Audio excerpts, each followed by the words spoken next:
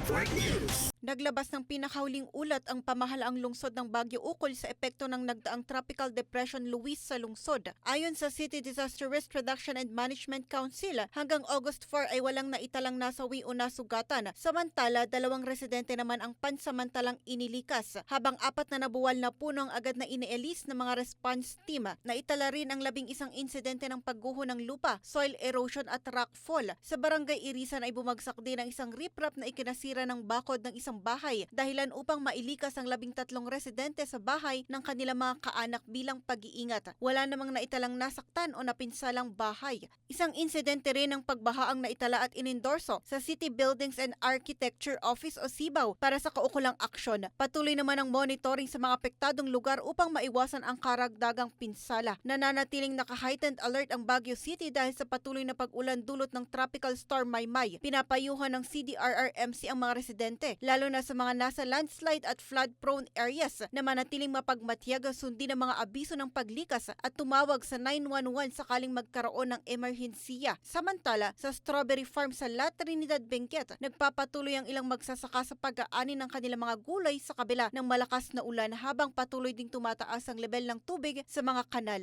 May ilang kalsada rin sa Benguet na hindi madaanan, kabilang ang Baguio-Itogon Road at Tawang-Ambyong Road. Samantala, one-lane passable lamang ang Pico Lamtang Road, Itogon-Dalupirip Road at Asin-Nangalisan San Pascual Road dahil sa bitak sa tulay, pagguho ng lupa at mga bumagsak na bato. Pinapayuhan ng mga motorista na gamitin ang mga alternatibong ruta at sundin ang mga abiso ng mga otoridad. Kasama mo mula dito sa 103.9 IFM Baguio, ito si Idol J. Ann Calis, Tatak, RMN. RMN Network News.